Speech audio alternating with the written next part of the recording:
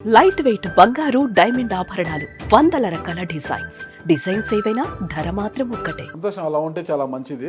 ఇకపోతే times of Chittoor cinema గురించి ఇంకా డిస్కషన్లో ఉన్నాము, చర్చలు జరుగుతున్నాయన్నారు కదా. అయితే ఇక్కడేమో మీరు చర్చలు జరుగుతున్నారు, మరోవైపు చూస్తే జనవరి 15న ఫస్ట్ పోస్టర్ విడుదల కాబోతుంది. విజయవాడలో మెగాస్టార్ చిరంజీవి గారి చేతుల మీదుగా పోస్టర్ విడుదల కాబోతుంది అంటున్నారు. ఆ టైం కావచ్చు, లేదా కొద్ది టైం తీసుకొని అవ్వచ్చు. అంటే కథాపరమైన కొన్ని సున్నితమైన విషయాల్ని ఇంకొంచెం చర్చించి తీయాల్సిన ఇది ఉందని నేను గైడ్ చేయడం జరిగింది. దానివల్ల మేబీ టేక్స్ టైం అంతే.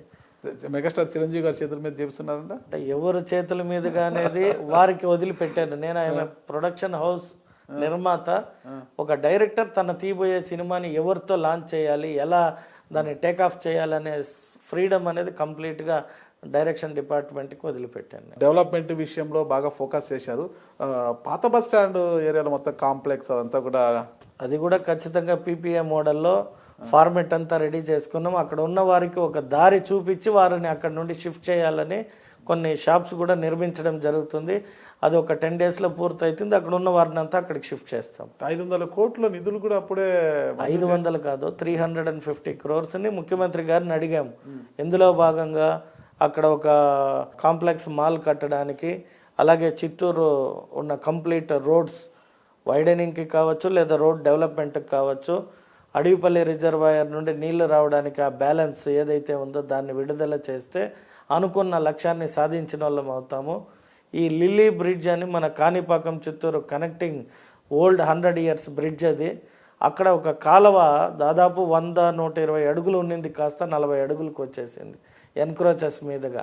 సో దాన్ని ఇప్పటికైనా కట్టడి చేసి అటు ఇటు రిటర్నింగ్ వాల్ కట్టి ఫ్లడ్స్ రాకుండా చూసుకోగలిగితే నీవా నది, వీటన్నిటికీ కలిపి ఒక 520 కోట్ల ఎస్టిమేషన్ వేశారు. ఇంత షార్ట్ పీరియడ్లో ఎలా ఆలోచించారు? గతంలో ఎంతో మంది పాలకులు ఇక్కడ వచ్చారు పోయారు కదా, మరి ఎవరికి లేని ఆలోచన అసలు ఆ నీవా దగ్గర రిటర్నింగ్ వాల్ కట్టాలి, వర్షాలు వస్తే వరద ముంపు తట్టుకోవాలి అనే ఆలోచన ఎలా వచ్చింది? ముఖ్యమంత్రి గారు నన్ను ఎప్పుడైతే విజయవాడ వరదలు వచ్చినప్పుడు నన్ను ఇన్ఛార్జిగా అక్కడికి రమ్మడం జరిగింది. నేను వెళ్ళి విజయవాడలో ఈ ఎక్కడైతే లోతట్టు ప్రాంతాల్లో ఇబ్బంది ఉన్నిందో అక్కడ నన్ను ఇన్ఛార్జిగా నియమించారు. సో అక్కడ నేను రిటర్నింగ్ వాల్ చూసా. సో ప్రజలు ఎక్కడైతే ఇండ్లు ఎందుకు కట్టుకున్నారమ్మా ఈ కాలువ పక్కన అంటే, ఆనాడు మాకు రంగా గారు ఇచ్చారు కాబట్టి మేము ఇక్కడే కట్టుకున్నాం, ఇక్కడే ఉంటాం, ఇక్కడే చనిపోతాం అన్నారు. సో ముఖ్యమంత్రి గారు 2014లో వీరి కోరిక మేరకు వీళ్ళని షిఫ్ట్ చేయలేమని భావించి అక్కడ డబ్బులు ఖర్చు అయినా రిటర్నింగ్ వాల్ కట్టేస్తే ఆ ఫ్లో వెళ్ళిపోయి వీళ్ళకి ఫ్లడ్ రాకుండా ఉంటుందని భావించి ఒక స్థాయి దాకా తెచ్చారు. తర్వాత క్రమంలో మనం అనుకోకుండా ప్రభుత్వం కోల్పోయినాక వైఎస్ఆర్ పార్టీ దాన్ని కంటిన్యూ చేయలేకపోయింది. సో సడన్గా ఫ్లడ్ ఎక్కువ అయిపోయినప్పుడు అక్కడికి వాటర్ ఫ్లో అయిపోయింది. సో నేను ఇన్ఛార్జ్గా వెళ్ళి అవన్నీ చూసిన వ్యక్తిగా ఎలక్షన్ సమయంలో అదంతా తిరిగాను కాబట్టి మాకు కూడా ఎప్పుడైనా వరద ఫ్లడ్ వచ్చినప్పుడు ఏమైనా జరిగిందని పాస్ట్కి పోతే ఘోరమైన ఒక సందర్భం చిత్తూరుకు కూడా జరిగింది. సో ఇటువంటిది మళ్ళీ నేను ఎమ్మెల్యేగా గెలిచి ఉండకూడదు కాబట్టి ఆ లిల్లీ బ్రిడ్జ్ని క్యాలిక్యులేట్ చేశాను. ఎన్ని ఇయర్స్ అయింది, ఎందుకు అది వైబ్రేట్ వస్తుంది, మా ప్రభుత్వంలో అది ఏదన్నా చిన్నది జరిగి అపశృతి జరగకూడదని భావించి ముఖ్యమంత్రి గారికి దానికి సంబంధించిన మొత్తం ఒక ఇది రెడీ చేసుకోపోయి పెట్టి రిక్వెస్ట్ చేయడం జరిగింది.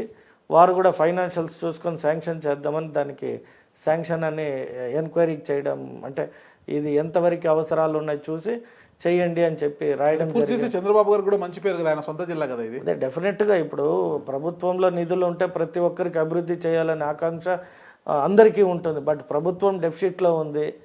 ఇక 20 ఏళ్ళు తాగేవాడి పైన కూడా లోన్ తీసేసిన గత ప్రభుత్వము మనం నిధులు మనం ఎవరినైనా అప్పు అడిగినా కూడా మీకు అప్పు ఇస్తే మీరు ఎలా కడతారో అని అడిగినప్పుడు కట్టడానికి సోర్సే లేని ఒక రాష్ట్రానికి ముఖ్యమంత్రి చంద్రబాబు నాయుడు 74 yearsలో ఆయన ఇంత కష్టపడుతున్నాడంటే ప్రజల కోసమే కదా. సైనిక్ స్కూల్ ఏర్పాటు ఎంతవరకు వచ్చింది?